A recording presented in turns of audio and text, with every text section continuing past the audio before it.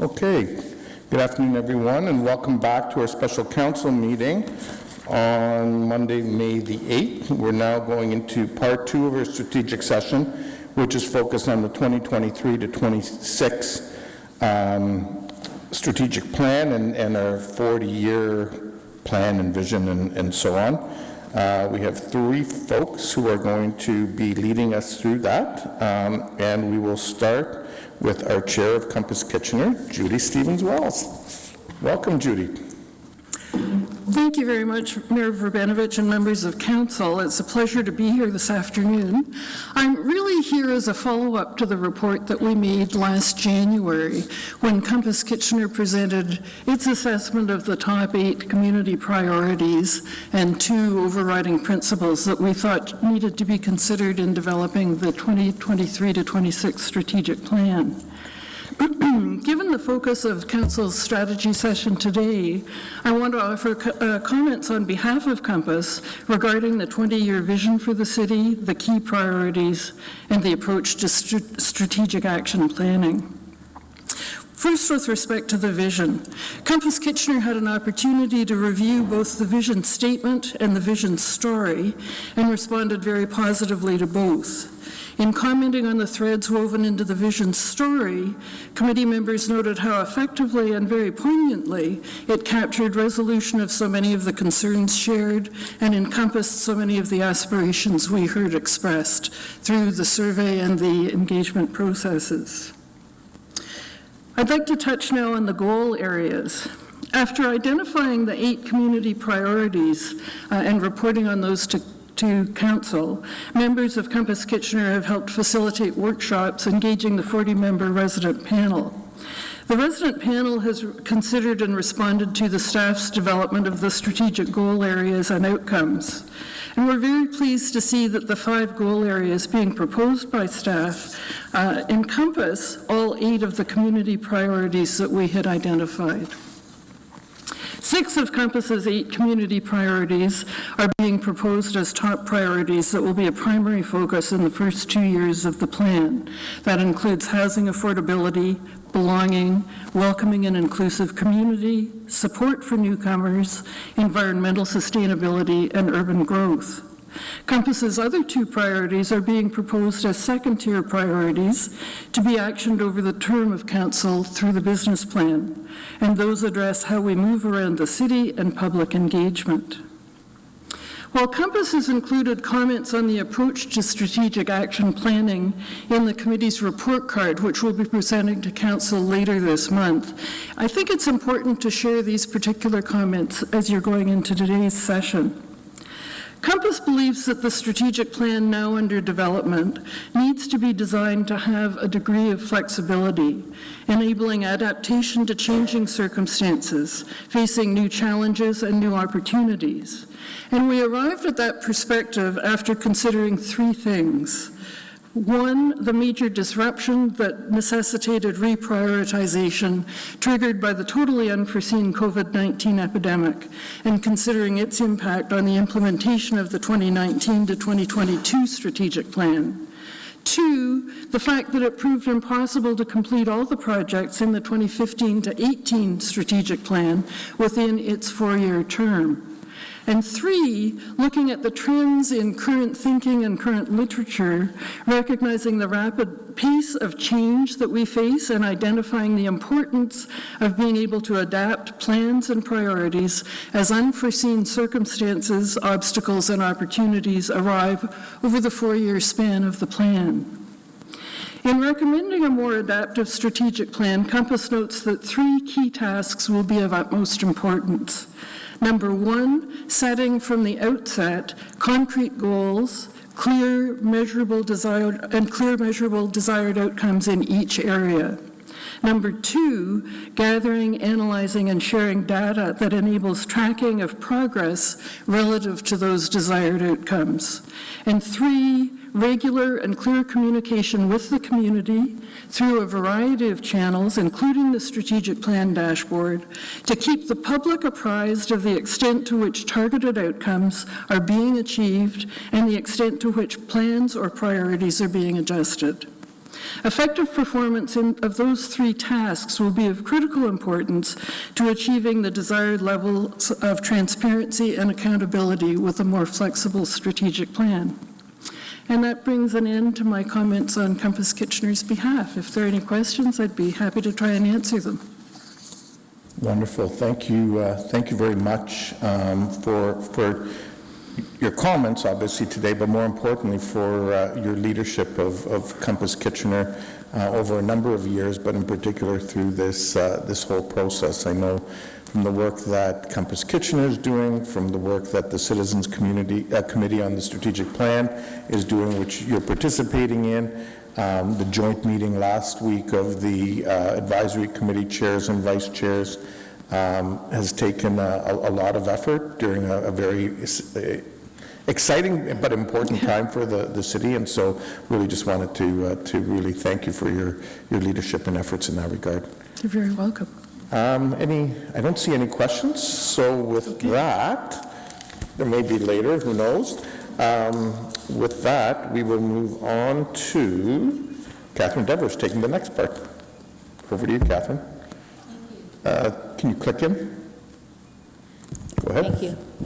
How's that? Yes? Yep. So good afternoon, Mayor Verbanovic and members of council. Today's the latest in a series of engagements with council to shape our next strategic plan, which will guide the organization's strategic commitments on behalf of the community for the next 4 years. And it represents a significant and exciting discussion. Today, you'll see, hear, and engage around the culmination of community and council input which has pointed to creating a caring, connected Kitchener that's green and thriving and stewarded by effective city government. Staff will share a new 20-year vision for Kitchener, which expresses the desired future for our city, built from the input of hundreds of residents. We will share with you the key areas staff propose to focus on in the first phases of the 4-year plan toward that longer-term vision, and the approach we propose for setting shorter-term actions to work toward building a city for everyone where we take care of the world around us and each other. Thank you. Thanks, Catherine. So we'll turn it over to Angie. Thank you, Mayor Verbanovic and members of council. Today we have a short presentation and are looking forward to some great discussion with members of council today on the report that's before you. And we'll go through 5 stages in our presentation today, starting off with the strategic plan progress, roles, and components. We will speak to the new 20-year vision that's proposed. We will discuss the 2023 to 26 key priorities for the strategic plan. We will discuss an approach to action planning and finally wrap up with some next steps in the strategic planning process. So here in the work plan and timelines for developing the strategic plan, we've shared with council at a number of previous sessions. We are currently in phase 5, which forms the focus for today's update and engagement. As we work through each phase, staff have been analyzing to synthesize various inputs and identify common themes, all of which we've been sharing back with council to ensure we coalesce around a new 20-year vision and specific goals and actions for this term of council. We have some great progress to share with council today, which builds on our last discussion that we had with you in February. Each group of stakeholders identified on your screen play an important role in the strategic plan. Compass Kitchener leads the public engagement with staff and identifies community priorities. Staff brings an organizational perspective, conducts extensive analysis, and drafts the strategic plan. And the resident panel brings a diverse community perspective and provides feedback and recommendations along the way. Council receives all of the inputs from these important groups and approves the strategic plan. At each engagement with council on our strategic plan, we've emphasized your governance role, and I'd like to provide some highlights of the 4 previous discussions that we've had to demonstrate how council's direction has been addressed. Last March, we overviewed the strategic planning process, including our work with the Refocus consulting team and innovations in planning for sustainability offered through their enterprise evolution approach. At that meeting, staff engaged council around what items were key to include in the process of community engagement, and we heard that council asked for a focus on core city services. An overview was incorporated in our engagement, providing context for residents. In addition, a broad We Are Kitchener campaign was launched in 2022 with social media and physical signage throughout the community, building awareness of key city services. Council also requested that staff apply broad approaches and engage with different ways, and a greater variety of online and in-person tactics were used, including new online tools and a staff street team doing pop-up engagements at community locations. All of this ensured a broader reach than previous strategic planning cycles. Last May, with Council's review of the Environics survey results, staff engaged Council about what to include in the next phase of engagement. Council also advised to seek a broad range of voices and equity-deserving groups. Engagement reached a broader diversity of Kitchener residents by providing a variety of ways to participate and maximized community connections to encourage participation. Council requested, and the following topics were emphasized in the engagement to learn more about: satisfaction with city services, public engagement, sustainability, housing affordability, and recreation programs. In August, in our final engagement with the previous council about community engagement underway at the time and key trends shaping Kitchener's future, council noted the following: to focus on what the city can do or influence within its mandate. Staff in Compass Kitchener continued to hear broad ideas as community engagement concluded, and staff will filter input to those the city can take to respond, including working with the resident panel to focus on the city's role. Council noted the following key trends impacting Kitchener that were included by staff in scenario development toward a new vision and the proposed strategic goal areas: belonging, placemaking, sustainability, housing affordability, innovation, technology, and institutional trust. In January, at the first session with the new council, the Compass Kitchener Advisory Committee provided council their community priorities for the new strategic plan, which Judy just spoke to. And council noted the close alignment to what we heard during the election campaign, and a high degree of consistency that's carried forward in today's presentation. In February 2023, discussion on key goal areas based on synthesis of broad community engagement inputs to be used by staff to identify indicators of success and potential actions in which the city could make progress over the life of the 2023 to 26 strategic plan. Council provided the following feedback.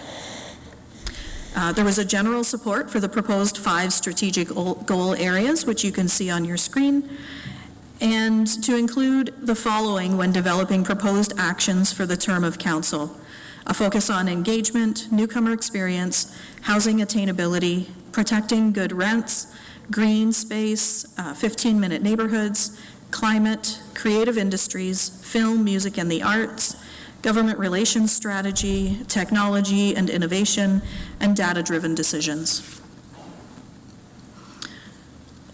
The strategic plan includes key components which together reflect the city's aspirations and commitments for Kitchener as outlined here. The vision is our 20-year community vision for a desired future of Kitchener, and what we see city are striving as for the desired future of Kitchener, and what we as a city are striving for on behalf of the community. Within this 20-year time frame, the city establishes a series of strategic plans aligned to each term of council to make meaningful progress on what is possible to achieve over that 4-year cycle. Strategic goal areas are focus areas in which the city can take action to make change in themes that are important to the community in a 4-year cycle. And this is the focus of our discussion today. Actions outline the specific commitments and progress that the city will take within the goal areas, often reflected as projects in the annual business plan. There are a variety of inputs into the strategic plan and the vision and key priorities being discussed today, and engagement highlights have been shared with council along the way. Environics provided results from a statistically valid survey of Kitchener residents as to what is most important to them. broad community engagement, delve deeper into the key themes identified by the survey and the areas where council wanted to learn more. Compass Kitchener identified their community priorities for the term of council, and the new resident panel is having deliberate discussions. They're learning, understanding trade-offs, and providing feedback on the proposed goals and actions. We'll next jump into our discussion of the 20-year vision. Hundreds of resident contributions through a variety of engagement opportunities have contributed to the development of this 20-year vision. Residents contributed drawings, stories, ideas, and individual words that describe the city they want to have in 2043. Some of the most powerful conversations that we had were with residents who were sharing their concerns with us. When asked a follow-up question, if we did really well addressing this concern over the next 20 years, what would Kitchener be like in 2043? They very clearly knew what better looked like for them. And so a clear story emerged about the future that residents want. Captured beautifully in the story in your package and shared in the green pages in front of you, and in the handout, which you can see. The statement captures the broad ambition, the collaborative approach that ran throughout our engagement. It's clear to me in all of the engagement done to date that residents see themselves as collaborators in this journey toward the future that they imagine, which led to the theme Forward Together, which is woven throughout the vision statement, the story, and the strategic plan elements.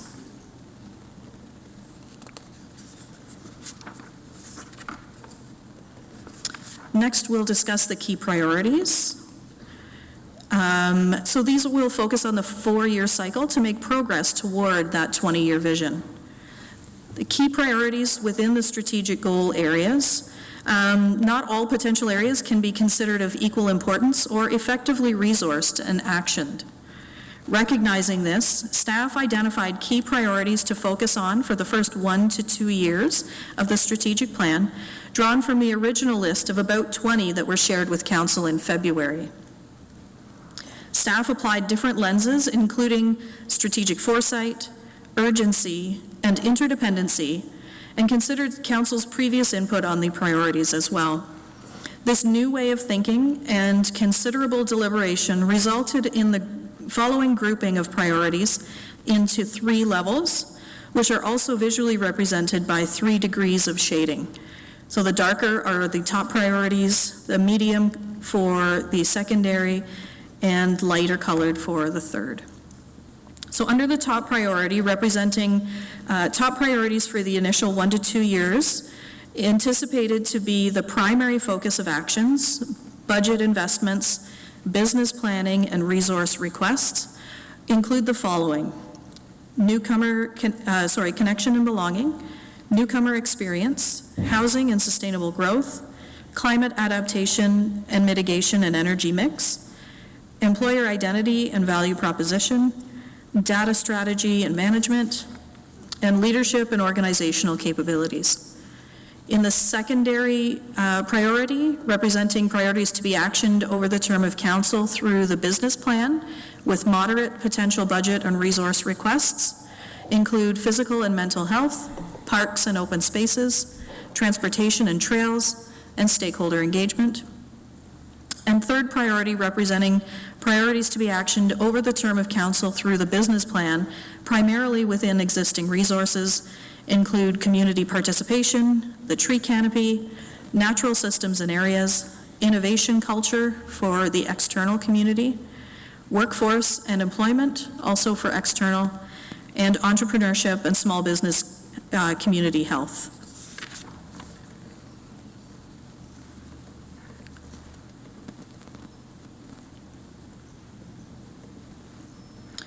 This diagram visually shows the priorities within the 3 tiers, with the top 7 initial priorities the darkest, through to the lower ones as the lightest colors. Core services are represented in the center as a focus of service to the community every day, which also contributes to the strategic goal areas. Improving the capabilities of staff and the organization through strategic investments in stewarding a better city, previously known as good government, has an impact across the organization in the delivery of core service, and also contributes to delivering on the strategic actions that the city undertakes through the strategic plan. The resident panel spoke to the importance of including the goals and actions related to internal performance within the strategic plan. One member used a sports analogy to describe it, saying, having the best game plan in the world doesn't get you anywhere if you don't have the players to execute the plan. Adding the strategic investments made to support the organization and its staff will result in positive outcomes for the strategic plan and core service alike.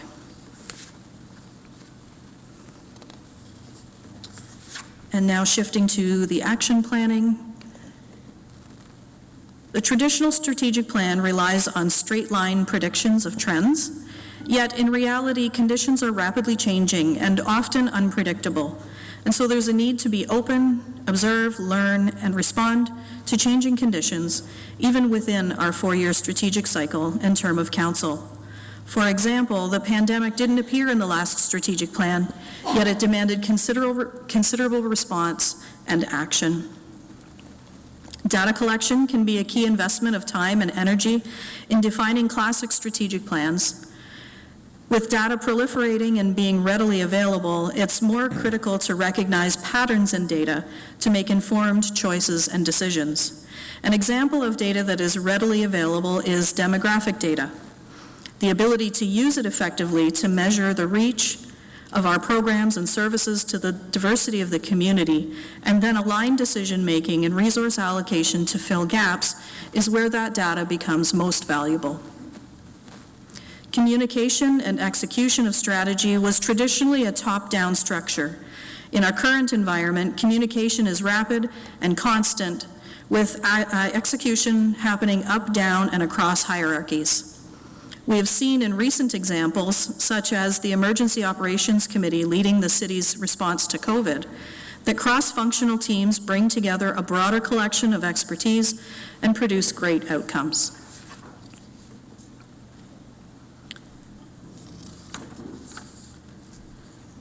The resident panel showed support for this approach as well, and encouraged council to consider this. The quote that they used was to swerve within your lane. So as Judy mentioned, having a clear sense of purpose and direction, but allowing flexibility to swerve within your lane was something that they supported and encouraged in this next strategic plan. So we have 3 specific questions for council to discuss today, and we're very interested to hear your thoughts on all 3 of them, which are appearing on the screen and you've received previously in your package. So the first, what are your reflections on and reactions to the vision story and vision statement? Have community and council aspirations for a desired Kitchener 20 years from now been captured? The second is, do the key priorities within each strategic goal area capture council's broad and collective priorities?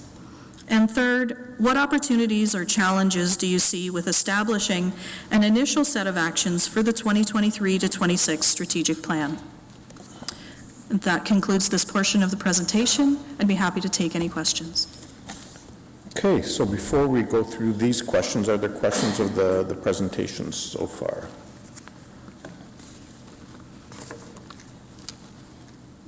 If not, then we'll move into the questions and go from there. Councillor Clancy, question? Yeah, I guess I see some of the direction you're heading and how it shifts the community culture. You know, I know that's a bit vague, but maybe how the strategic plan connects to the broader community and our cultural shifts, maybe communications, like how do you envision communicating that to the wider community so we can see behavior changes from our residents as well? Yeah, through you, the chair, I think the community has told us very clearly that they want more information and to be connected to the work that the city is undertaking in an ongoing basis. So rather than having a once every 4-year connection or consultation, that they'd like to be engaged and connected to the work that the city's undertaking in an ongoing way. This might provide opportunities for residents such as those who have volunteered for a resident panel to provide ongoing input and be more connected to the work that the city is doing on a regular basis. And I think, there's an interest and a desire from the community more broadly to have more regular updates and to continue to be involved in an ongoing way in setting priorities and providing input on the work that the city does. Thank you. Hi. Sorry, Councilor O'Dooney. Well, it's kind of more informal. So. Caught me off guard there. Thank you very much. I was wondering, is it possible that we can get, maybe as time goes on, a report card or something where each of our strategic goal areas, we have maybe like 2 or 3 KPIs that we're looking at. So that way, maybe once a quarter as a council, we get to see an update. Okay, this is what our target is for the year, and this is where we are right now. Are we close to it? Are we not close to it? So that way, if there's any concerns, we're able to at least not wait till the end to find out, but we're able to just have milestones all the way down. Now, I know I'm looking at this, and it's a lot to look at, but at least for just the 5 strategic goal areas, I don't know what we can use to measure belonging per se for a city, but even if we create just anything that we can just use as a metric, and then over time we keep up with that. Any thoughts on that? Yes, thanks. Through you, the chair, that is exactly the process that we plan to take in this strategic plan, is to go beyond measuring completeness of the strategic plan based on the projects that have been completed, but to include measurement of community impact along the way, and be able to report back to council on progress throughout the course of the 4-year strategic plan, and potentially be able to adjust course based on the results of those measurements, where council can provide some additional direction on where they'd like to see more work done, or perhaps shift tracks where to take advantage of opportunities or to respond to issues that come up over the course of the 4 years. Yeah, I think maybe just to add to that, because those members of council who are new wouldn't have lived through that, but one of the things that's actually quite unique in Kitchener, to be honest, I'd be hard-pressed to think of any other Ontario city, if not Canadian city, that actually allows it to happen, is we have this Compass Kitchener committee that guides our strategic planning process, and they actually, for the last 20 years, have been doing report cards. It's kind of more nerve-wracking than the report card you got in like grade 5 or 6, wondering how it goes, and they do that throughout the term of council. And then on top of that, in terms of beyond the strategic plan, there's actually the corporate work plan, which will be the next step in this whole strategic planning process, that Dan and the team come back. Does that come to us quarterly, or we have a half year? I can't remember, in terms of the actual corporate work plan. Somebody It's remind 3 me? times a year. How many? 3 times a year. 3 times a year, there you go. Yeah, So- exactly. And you can look forward to that report card at the end of May when Judy and Compass return with their next report card. Councillor Singh. It's your fault, Councillor Clancy. I was holding back, but you keyed in, so now the waterworks are going to come up. So how do I frame this? Just as a preamble a little bit, I think for the benefits of new members of council, this is probably one of the most important documents that this council will likely endorse, because it sets the strategy of the initiatives of this term of council. And even this one, which outlines even further than that, which we haven't done in the past, a 20-year horizon. And there needs to be a realistic commitment to achieving strong strategic goals. And if you deviate, well, then it will be held before us, this is not our strategic plan. So with that preamble, I'll come to questions of staff. This document so far, the vision, story, and as well as kind of strategic plan for 2023 and 2026, the statement, the way it's written so far, it appears to be of all things to all people. I don't think anything could be brought up and someone could question and say, hey, wait a minute, Councillor Singh, this is not part of our strategic plan.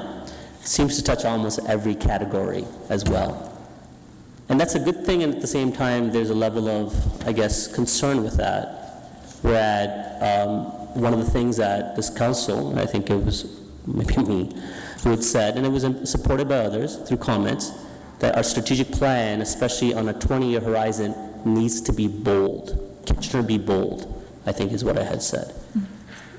I'll allow you to answer. Does this identify as a bold document? Through the chair, I believe that the plan that we're putting forward is bold for the community.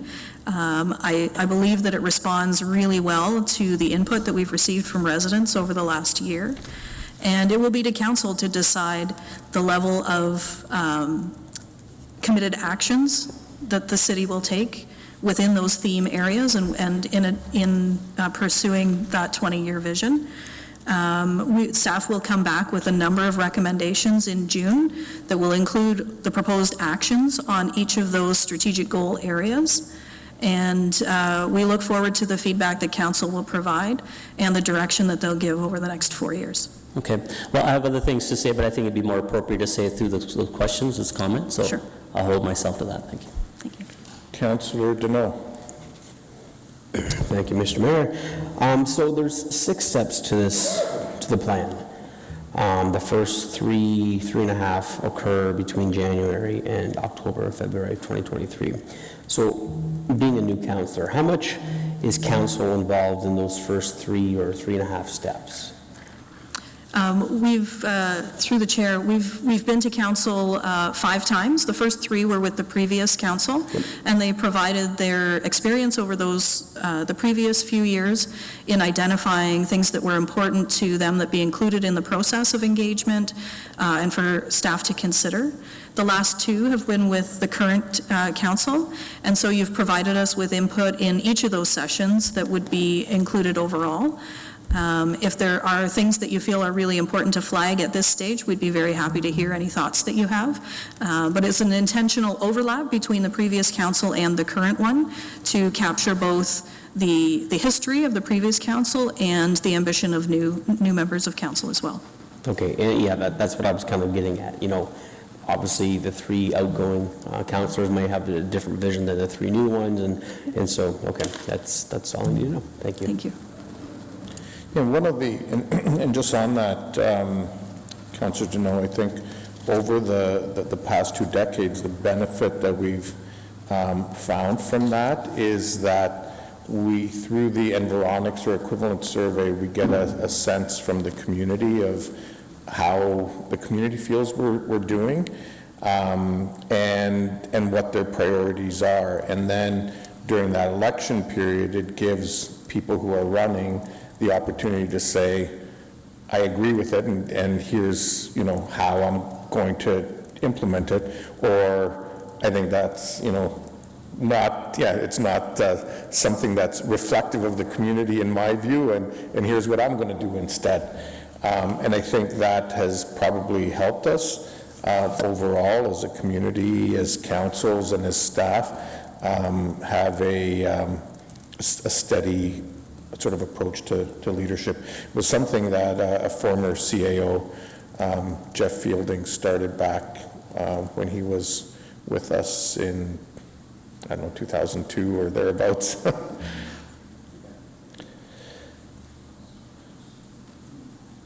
Okay, so those are all the questions, so I guess we'll go into the discussion questions then. So the first one is reflections on and reactions to the vision, story, and statement. Have community and council aspirations for desired Kitchener 20 years from now being captured? Any thoughts on that? Councillor Schneider. Thank you, Mayor Vanovic.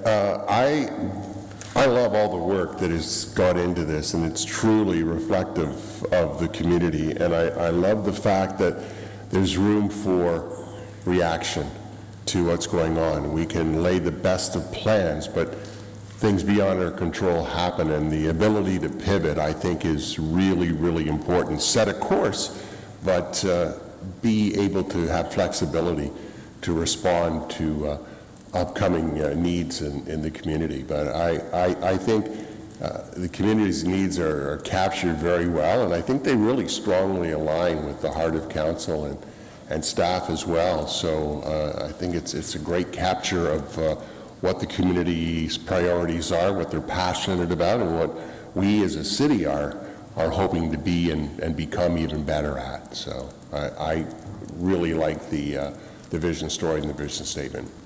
It really captures everything very well and clearly, and in language that people can understand. It's not fluff, it's things that are measurable and attainable. So I really thank you for that. Thanks, Councillor Schneider. Councillor Singh.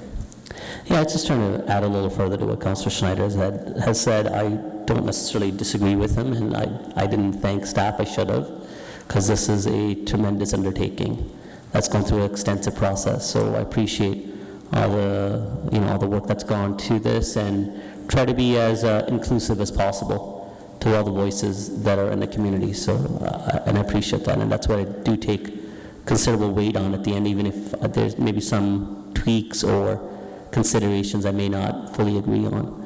And so to that, I would say I agree with what Councillor Schneider has said, that it seems to be all-encompassing, and the ability to pivot, and I think I said that to my earlier comment and question.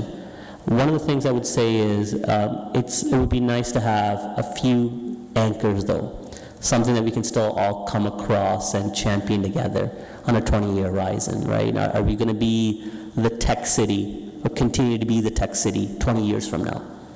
Others have come and gone, and I would hate that, there's an evolution to our story as well. I would really hope that Kitchener, as a centerpiece of this region, continues to thrive through economic development and prosperity. So if we have a way of, outlining some strategic goals, economic development, environmental stewardship, or, aspect of, a livable city, a few of these, that'd be great if they can be identified, so that we know what to look towards, and we can strategically plan and prioritize the very minimum to some of those high-end goals as well. Thank you. Thanks, Councillor Singh. Councillor Davey. Thank you. Yeah, so first off, again, I want to thank you for the work. It's very well written, tremendously well covered. I'll be honest, though, that I don't feel, and again, I realize I'm one of 11 people here, so I shouldn't feel like I get more than 1/11 of the input, but I don't feel like it really captures my concerns following from Councillor Singh's comments about the focus and what things are going to be like 20 years from now and what we should be leveraging. So I'll start by saying, I feel like the mission statement and the goals, it's very much about, being caring and bringing up the people that are lowest, that need the most help. And I get that, and I respect that. It needs to be part of this. At the same time, it really does feel like it overlaps a bit with what the mission statement, the goals of our regional government should be, right? So I would like to be more clear and distinct in terms of what our opportunities are going forward in terms of that. The other thing I would touch upon, I think I touched upon last time we discussed this as well, is I don't think I'm alone in thinking that the next 20 years technology is going to impact our corporation and our residents to a far greater degree than it has the last 20. And even looking at the minor things, like how technology basically kept our entire city running through COVID, et cetera, thinking of how that we need to make sure we respect that and include that more clearly. I know that technology is in here and leveraging data, which I'm all about, but in terms of intelligent machines' ability to analyze data and give us direction beyond our own capability, I think we really need to somehow try and focus and include that when we're looking at a 20-year horizon. But I don't want to take away from the work that was done. It's really interesting in terms of how you've managed to try and capture everything, but I would also be of the mind that I think perhaps if there was a little bit more of a focus on what we can achieve in the next 20 years versus this sort of feels like trying to do everything, that would be my hope. Councillor Clancy. Yeah, and I agree that it's a layer of this, but I did hear this at the door. Like when I went door to door throughout Ward 10, these were the priorities that people spoke up about. Like obviously there's some details and other bits, but you know, when it comes to sustainability, affordable housing, and how we grow thoughtfully, that was a really big part. And yes, technology is an advantage, but it also can cause a lot of harm. So, you know, I think that's going to be the context we're moving forward within, that I'm sure you'll, yeah, I feel like we're in capable hands. So thank you to you both and to Compass Kitchener. Send our best to your team and let them know we appreciate all their contributions and for your hard work. So that's just my, yeah, so when it comes to opportunities and challenges, you know, I guess I echo kind of what you're saying, that yes, technology will have a big part to play, our political landscape and our economic landscape. So lots of swerving. Thank you. Councillor O'Dooney. Thank you very much. Excuse me. So I like it. I think this is great.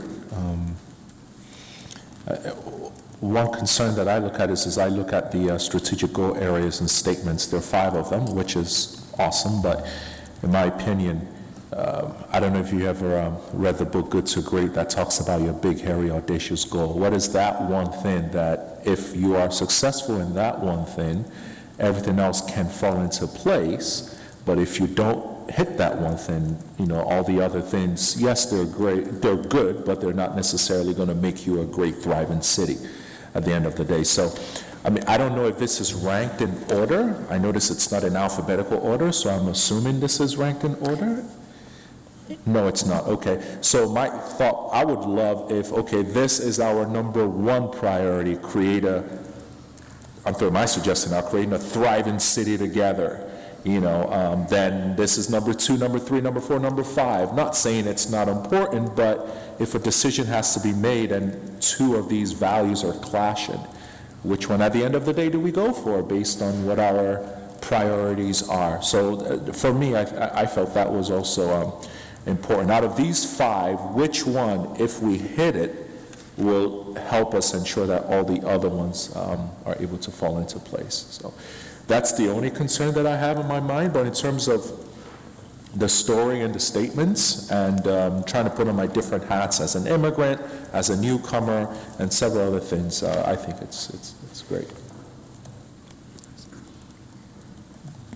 Like you haven't been jumping in on it, feel free if you, I'm listening. Okay, that's through fine. the chair, yeah. Jason, you haven't spoken yet. Thank you. Just a quick question.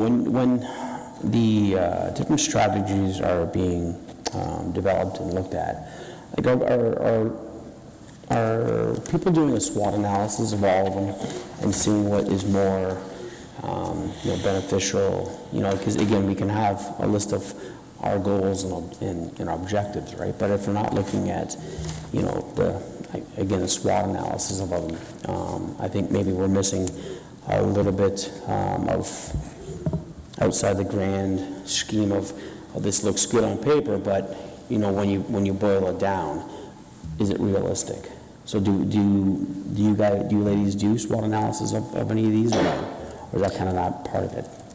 Through the chair, there have been a number of rounds of analysis that staff, the resident panel, and our corporate leadership team have done, not specifically a SWOT, but we've looked with a number of lenses at how to evaluate the importance or how to evaluate overall the actions and the goals that have been crafted. And through a number of rounds with different questions, we've looked at things like future analysis. What are the technologies, the opportunities, the changes in the community that are going to have an impact on Kitchener over the next 20 years, regardless of whether we respond to them or not. We've looked at urgency. What are the things that need to happen most critically now to have the greatest impact over the next 20 years?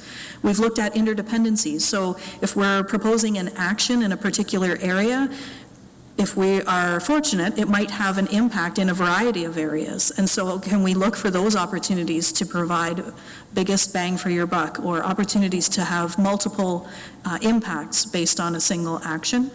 And also looking at things like sequencing. Are there things that we need to have in place first to enable actions 3, 4, 10 years from now, and be able to take advantage of those opportunities now, so that we're ready for that next step or next move forward in the next strategic plan, perhaps. So there's been a number of analyses on a variety of topics, so I hope that answers your question.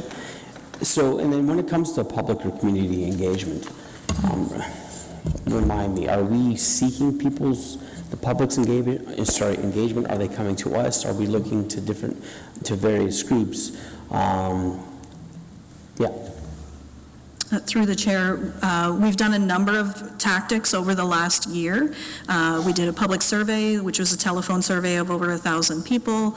We did a deeper dive by doing some focus groups. We also hired a street team to go out and talk to people in the community at bus stops and in parks and in food distribution lines to hear what's most important to them and understand their perspective. We also recruited a group of volunteers for the resident panel, and they specifically are reviewing staff's work, understanding all of the work that's gone into the recommendations that are moving forward, and they are able to provide a resident's perspective on if we got it right and make recommendations. And those recommendations are having a real impact on the process throughout. So things that we heard from them that we didn't get right, we've gone back to the drawing board, made changes, and they've seen that reflected in the work as it's gone through the number of stages. We have one more resident panel session coming up on May the 31st. And for members of council that are interested, they wanted to invite you to come and observe if you're interested. I can send those details out to you to put it in your calendars if you'd like. They're loving the process of reviewing staff's work and understanding the more critical issues that the city's facing and being able to provide their perspective. And they said, you really can't understand what it's like to experience this process unless you're here. So hence the invitation for you to join. They'd be happy to have any of you join if you're interested. Yeah, and that's great to hear. Far often you'll hear some groups complain, well, they only took the input of these 3 groups, and it doesn't represent what we care about or what we want to see. And so it's great to know that it's not just, limited to a specific way of gathering information. So thank you very much. Thanks for the answers. Okay, before I go into round 2, I'll throw in my own input. First of all, there's 2 components here. There's the 20-year component, which is the vision story and the statement, and then the strategic goal areas and statements, which are really only for the first 4 years of that 20. On the vision story, I really love it. I think if we sort of try to imagine 20 years from now, I think it kind of, it reflects the kind of community that, if we sort of speak about what the journey's been over the past 20 years to get here in 2043, and sort of where we are at that point in time, I think the council of the day can look at that and feel pretty good about it. On the vision statement, I think it's getting there. It may need a little more, and it's always hard to wordsmith these things, maybe a little more oomph, and I don't know how we get that little more oomph, but I just throw that out there. And I did go to the Make It Kitchener 2.0 strategy, and there was comments from a roundtable participant there that kind of always stand out in my mind, and I don't know if somehow that can provide some of that oomph, but there was a line in that document based on those comments that said, let's stand up and be the city that does the most good in the world. If any community can authentically own this aspiration, it's Kitchener. And so, that kind of always resonates with me, and I try to weave it into some of the things I talk about, so I don't know if that can maybe help in that regard. On the strategic goal areas and statements for the next 4 years, I do agree that I think this is reflective of what we've heard, both in the Environic survey, in the outreach that staff have done that Angie's just talked about, and, quite frankly, what I heard during the election in terms of sort of some of the key priorities for the next few years.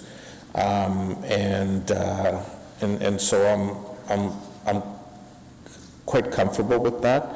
I think in this time when we've seen the level of divisiveness that's sort of created in society post-COVID, sort of this constant emphasis around together is a subtle but not so subtle reminder of that really needs to be a collective focus as we go over the next few years, because there will continue to be some challenges because of just the global geopolitical realities, socioeconomics, and just the post-COVID mental health implications and so on that we're seeing across all demographics. And so I think, we really need to subtly and at times not so subtly sort of maintain that focus around how do we bring people back together, right, and rowing the boat in the same direction and feeling a sense of collective connectivity and responsibility towards each other. Because I think most of us would agree that took some hits over the last few years. So those would be my reflections on this.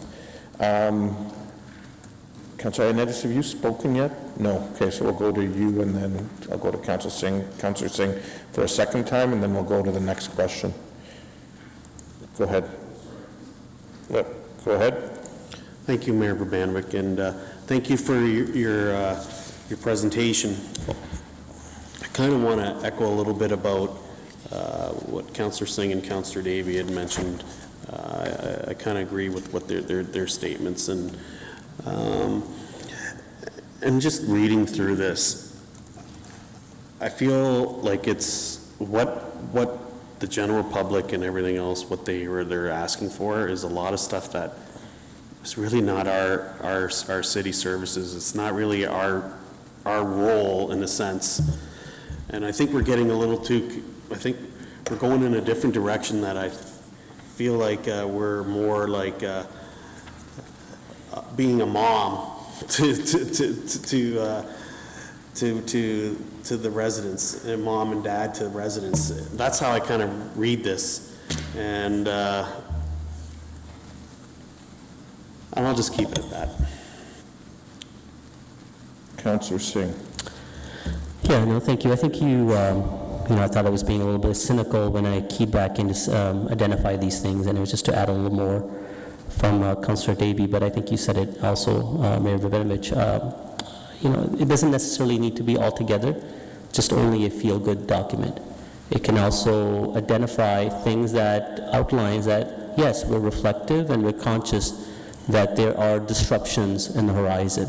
And tech disruption is likely a big factor, right? Just how AI will, play within our economy and within our community. So outlining that there will be consideration for resilience to technology disruption, as well as resilience to economic disruption, economic development disruption. Thank you. Okay. Those appear to be all of the feedback on question 1.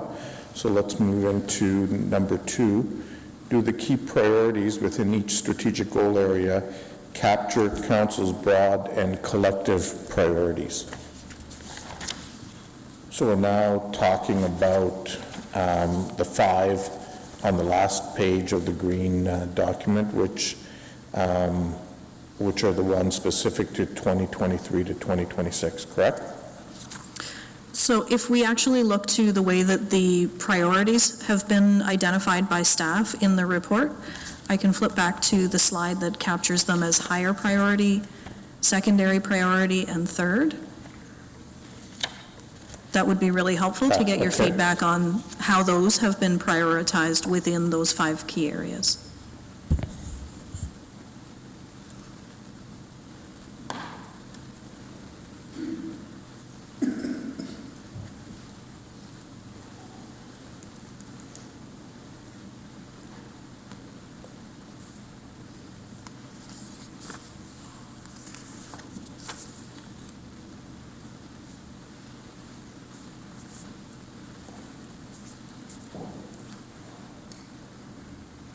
Jason, sorry, Councillor Deneau. Thank you, that's okay. I think more so than ever, and to kind of piggyback on the mayor's statement about the last couple of years during COVID, I think physical and mental health, more so than ever, needs to be a greater priority with our youth and not even just our youth, just people in general. I think we've all suffered a tremendous amount of stuff the last couple of years, and I think our physical and mental health, I would love to see that bumped to become even a greater priority, because people are really struggling out there, and it's going to take some more time to get over that, but that's just my comment. Councillor Singh. Yeah, I would take a little bit different angle at this. I don't want to necessarily disagree with Councillor Deneau, and I respect he comes from, healthcare industry, and so he sees it at that lens, and I see the importance with what you're saying, Councillor Deneau, but at the same time, I think there's a limitation with what we can do. It's not a identifiable mandate within the city of Kitchener. I think it's something that we can advocate for those orders of government and within the region to play that priority towards mental health and a public health consideration. So if that advocacy can play within that second priority, I'm okay, or maybe even identify as active advocacy within the top priority to Councillor Deneau's points. The thing that I would like to see more of, innovation culture. I think that's what we've driven on, and that's where moving forward with successes that are past because of that innovation culture. And to see that, falling down as a priority, I think we're going to do a hindrance of how we keep on projecting as a powerhouse here as a community. So innovation culture I would like to see as a top priority. And there's nothing, so maybe a question, nothing jumps out regarding economic development, working within our community partners to continue enhancing economic development. Which one would you say is, perhaps it doesn't say it, but is identifiable to that point? Through the chair, thank you for highlighting that. I noted 3 pieces of what you just said that I'd like to respond to. So workforce and employment, innovation culture, and so those are the 2 primary ones that would focus on economic development. There are also some pieces that can connect to arts and culture, et cetera, that may appear in other places. And part of the reason for the prioritization, just to provide some clarity, one of the things that staff has done is taken a look at all of the master plans, the work that's already happening within the city, all the plans that have been approved but perhaps haven't yet been fully implemented, et cetera, and looked at that as a component of an overall picture of what the city is doing. And so economic development absolutely is high priority for a lot of folks in the community, and certainly is a priority for council as well. But being in the midst of implementing Make It Kitchener 2.0, there are a number of actions that are already underway and a number that are planned over the next number of years that would continue on. So although it may feel like a miss or like it's not being considered as highly, council has already approved a very ambitious plan in Make It Kitchener 2.0, and that's reflected in the perhaps lower priority on this one. You mentioned also physical and mental health and advocacy being kind of a place where we might have the most impact. And we're taking a slightly broader look at physical and mental health and thinking about recreation and leisure, healthy and active lifestyles as promoting opportunities for the benefits of physical and mental health across the board. And there are a number of actions that staff are currently considering that are directly related to our Parks and Rec, our active transportation, et cetera, which could have impact within that area as well, beyond, of course, the partnerships that could be taken in response to public health, et cetera, through the region or the province. So there are a number of actions that you'll see in the next meeting that could perhaps highlight some opportunities within that area. I appreciate that, but at least for my consideration, I really want to strongly identify, I think, economic development and that economic prosperity needs to be a high priority. It's not enough that we do have EDIF already underway. When we as a community have to make tough decisions and allocation of considerable dollars, we have to be able to fall back on and saying this is a community priority. It's not enough that, we've said that we've outlined as a fund, but again, when you have to spend that money, you have to be able to rationalize, and that rationalization has to be within a strategic priority, and that has to be identifiable through a ongoing high priority of this as a council initiative, as well as a priority from the community. So I would continue to encourage, I really think economic development prosperity needs to be outlined individually in very clear terms and in a high priority as well. Thank you. Yeah, understood. We'll take that away. Thank you.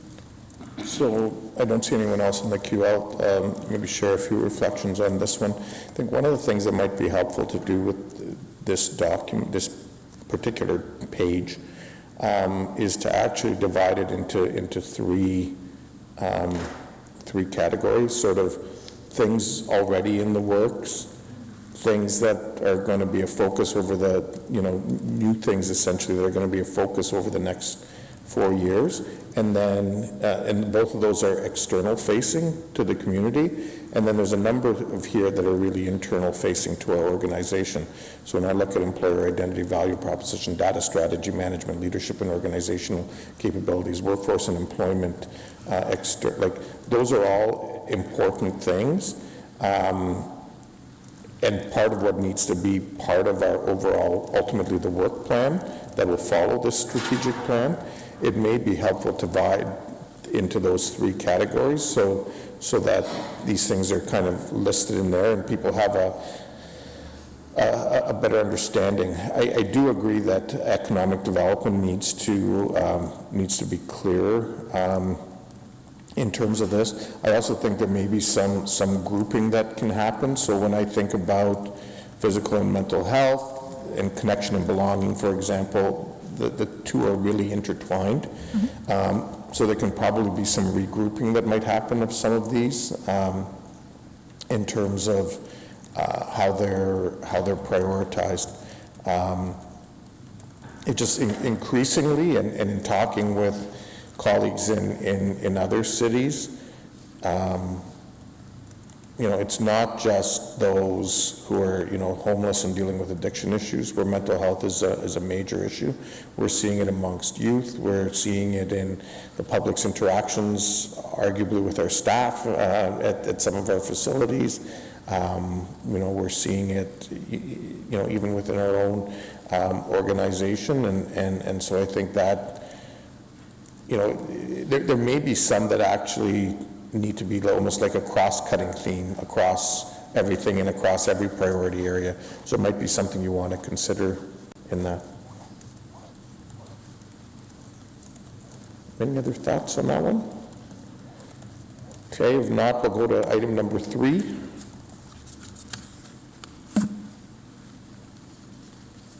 can go back to that question on the screen.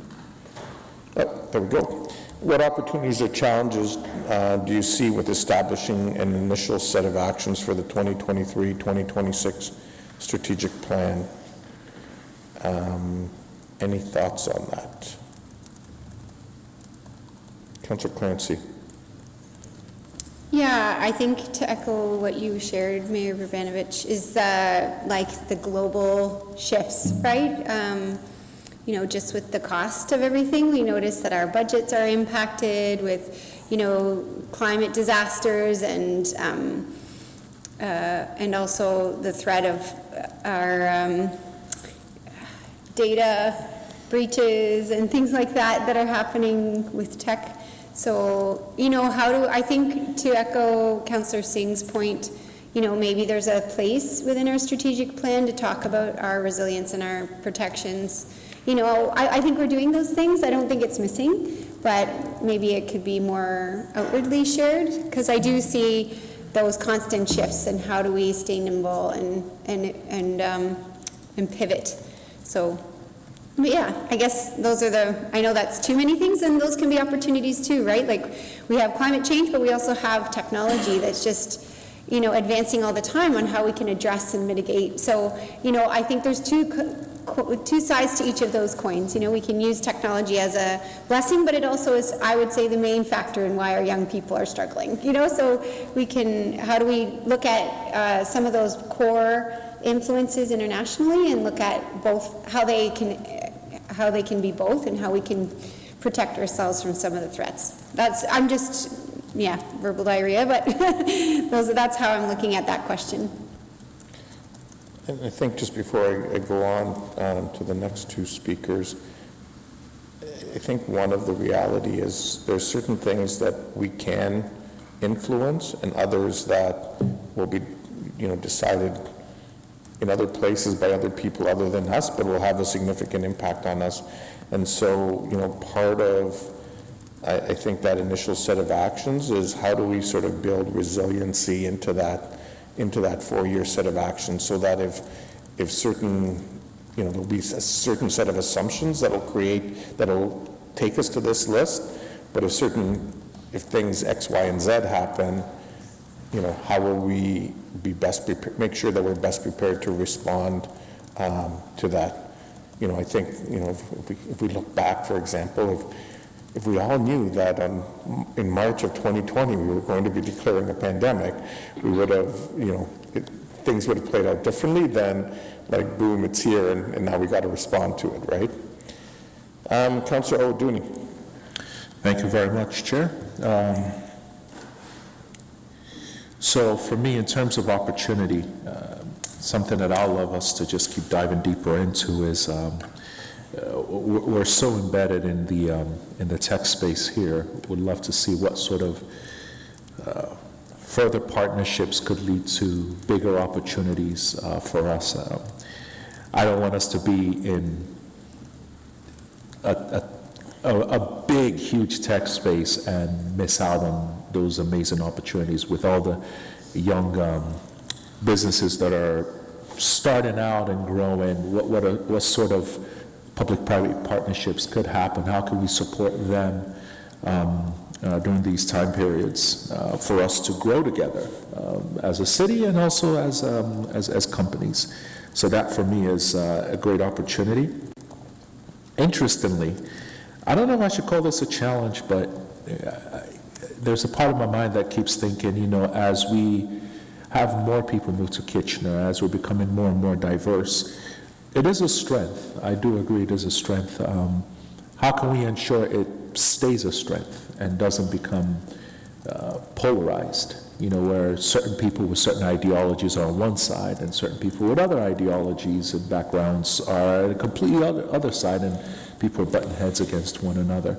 So I feel like as time goes on, as we become more and more, with more diversity coming in, I hope that we can keep that as a strength as a people, and it doesn't become a challenge for us as a city moving forward. But for me, those are the first one, opportunity and challenge. Thank you. Councillor Schneider. Thank you, Mayor. I think the challenge is going to be with these goals. They're very lofty goals. They sound great, but it's the concrete actions that we make to make them happen. Councillor Davey and I were in a meeting with a staff member last week, and they said something that kind of stuck with me. They said, with what they're doing, I don't want to just tick a box. I want to move the needle. So I think it's really important that with any of these goals that we create things and plans and programs that move the needle, not just tick a box. Okay, thank you. Councillor Singh. Thank you, Mr. Mayor. I just want to kind of reflect. I think there are far too many communities that have failed because of lack of this, and we have succeeded here through many examples because of it, and that's partnership with our educational institutions. I think that's a huge room to play. It's a lot of it, because when good work continues to happen, we become complacent. And I want to make sure that through this strategic plan, it's not a plan of complacency, right? Just because that good work is carrying on, it's not to say that we don't have it in our strategic plan where we're championing it, going back to my earlier point. So, and that's where I see as an opportunity. establishing, strategic actions within this, at least the 4-year horizon, is perhaps looking at some key things in partnerships with our educational institutions. So I guess I would just respectfully offer the contrary view, Councillor, saying that those partnerships are an active point of dialogue and with our community partners. As you know, I mean, we're just announced didn't just announce, but just did the groundbreaking for our partnership with University of Waterloo. Staff continue to progress on the partnership with Conestoga College, and we continue to have dialogue with other partners, including McMaster and Laurier, as opportunities present themselves. So I just think it's important, since we're in a public session, that there's clarity on that. Councillor Singh, and then we'll move on. No, I think maybe you missed out the point I was trying to make. I said others have failed and we have succeeded because of this, which is strategic partnerships with our institutions, and you referenced a number of them. And what I was saying is that that's where I see as an opportunity where we need to continue on engaging and enhancing on those partnerships. So I don't think I was disagreeing. Okay. Thanks for that clarity. Anybody else in the queue? Nope. I guess over to you for any final words. Through the chair, thank you to everyone for your comments and your thoughtful feedback. We'll take all of your comments away and continue to develop the next strategic plan, and certainly look forward to bringing that to you in June. In terms of our final steps in the strategic planning process, we are getting quite close to wrapping up this project and bringing it to you for your consideration. Development of final recommendations for the strategic actions informed by the resident panel, staff, Compass Kitchener, and today through council is happening throughout May of 2023. We will be refining the draft strategic goals, options, actions through an iterative process with the corporate leadership team. They will be providing directions and guidance on that through May and June. We have a final online public survey through our Engage platform and targeted engagement on draft strategic goals and actions happening at the end of May. So the public will have an opportunity to weigh in on the proposed strategic goals and actions before we bring those forward to you. And council engagement on prioritizing those actions, receiving resident panel report and recommendations, and final approval of the 2023 to 26 strategic plan content in June of 2023, so next month. And then the strategic plan launch and communications will take place in the fall. So those are our next steps, and I look forward to seeing you again in a month's time with the draft for your reactions. Okay, question, Councillor Davey. Yes, thank you. Just one question, because I think there's a lot of good dialogue that happened today. I just wanted to confirm, so when this does come back, I'm assuming it'll come back at a committee meeting, then if there's any final tweaking, we'll have some time between then and council for ratification? It's not going to come back to a council meeting, I hope. I'm sorry, I missed the bulk of your question. I just didn't hear. So the question was, because there's been a fair bit of feedback today, this will come back at a committee meeting, not at a council meeting, so there'll be opportunity for tweaking between committee and council if need be? Yes, my apologies. Yes, it will come back to committee before it goes to council for ratification. Perfect, thank you. Yeah. And I know Mr. Chapman has one-on-ones scheduled, I think, later this month and next month with members of council. It's maybe an opportunity for him to also take the temperature, and based on some of the response to the input from today. Okay, so that's with that. Thank you very much. Great work, team, all three of you, and everyone else that's been part of the supporting cast of many in terms of making this happen. So with that, I will take another motion to recess. Councillor O'Dooney, Councillor Clancy, all those in favor, opposed, that's carried.